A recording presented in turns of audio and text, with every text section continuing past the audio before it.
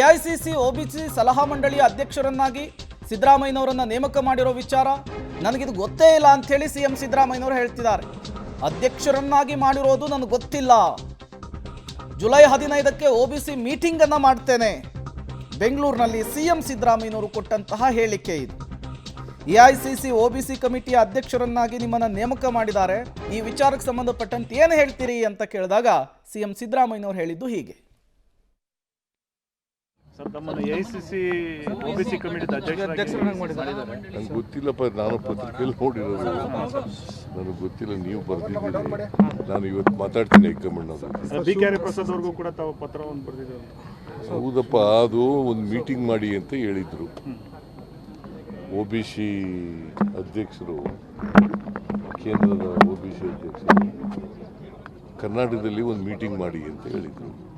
ಆ ಮೀಟಿಂಗನ್ನ ನಾನು 15ನೇ ತಾರೀಕಿಗೆ ಅರೇಂಜ್ ಮಾಡಿದ್ದೀನಿ. ಸೊ ನನಗಿದು ಗೊತ್ತಿಲ್ಲ, ಸಂಚಾಲಕರು ಮಾಡಿರೋದು ಅಥವಾ ಏನಾಗಿ ಚೇರ್ಮನ್ ಮಾಡಿರೋದು ನನಗೇನು ಗೊತ್ತಿಲ್ಲ. ನಾನು ಹೈಕಮಾಂಡ್ ಅವ್ರ ಜೊತೆ ಮಾತಾಡ್ತೀನಿ. ಜವಾಬ್ದಾರಿ ಕೊಟ್ಟಾಗ ಬಿಟ್ಟು ಓಡೋಗಲ್ಲ. ಮತ್ತಷ್ಟು ಡೀಟೇಲ್ಸ್ ಅನ್ನ ಸುಖೇಶ್ ಕೊಡ್ತಾರೆ. ನೇರ ಸಂಪರ್ಕದಲ್ಲಿ ಜಾಯಿನ್ ಆಗಿದ್ದಾರೆ. ಸುಖೇಶ್, ಈ ಹಿಂದೆ ರಾಜ್ಯದಲ್ಲಿ ದಲಿತ ಸಿಎಂ ಕೂಗೆದ್ದಂತಹ ಸಂದರ್ಭದಲ್ಲಿ ಮಲ್ಲಿಕಾರ್ಜುನ ಖರ್ಗೆ ಅವರನ್ನ ರಾಷ್ಟ್ರ ರಾಜಕಾರಣಕ್ಕೆ ತರುವ ಮೂಲಕ ಅದನ್ನು ಸರಿ ಮಾಡುವಂತಹ ಕೆಲಸವನ್ನ ಕಾಂಗ್ರೆಸ್ನ ವರಿಷ್ಠರು ಮಾಡಿದ್ರು. ಈಗ ಅಧಿಕಾರ ಹಂಚಿಕೆಯ ವಿಚಾರ ಜೋರು ಚರ್ಚೆ ಆಗ್ತಾ ಇರುವಂತಹ ಸಂದರ್ಭದಲ್ಲಿ ಸಿಎಂ ಸಿದ್ದರಾಮಯ್ಯನವರಿಗೆ ಕೇಂದ್ರ ಮಟ್ಟದಲ್ಲಿ ಸ್ಥಾನಮಾನವನ್ನು ಕೊಟ್ಟಿರೋದು ನೋಡಿದ್ರೆ, ರಾಷ್ಟ್ರೀಯ ಮಟ್ಟದಲ್ಲಿ ಕೊಟ್ಟಿರೋ ಸ್ಥಾನಮಾನವನ್ನು ನೋಡಿದ್ರೆ ಇದು ಏನನ್ನು ಸೂಚಿಸ್ತಾ ಇದೆ ಅಂತ ಹೇಳಿ ಸುಖೇಶ್? ಪ್ರೇಮ್, ಆಗ ನೋಡಕ್ಕೆ ಹೋದ್ರೆ ಮೊದಲು ಬಂದಂತ ಮಾಹಿತಿ ಎಐಸಿಸಿಯಲ್ಲಿರುವಂತ ಒಬಿಸಿ ಘಟಕದ ಅಧ್ಯಕ್ಷರು ಅಂತ. ಅದಲ್ಲ, ಆ ಮಾಹಿತಿ ತಪ್ಪು.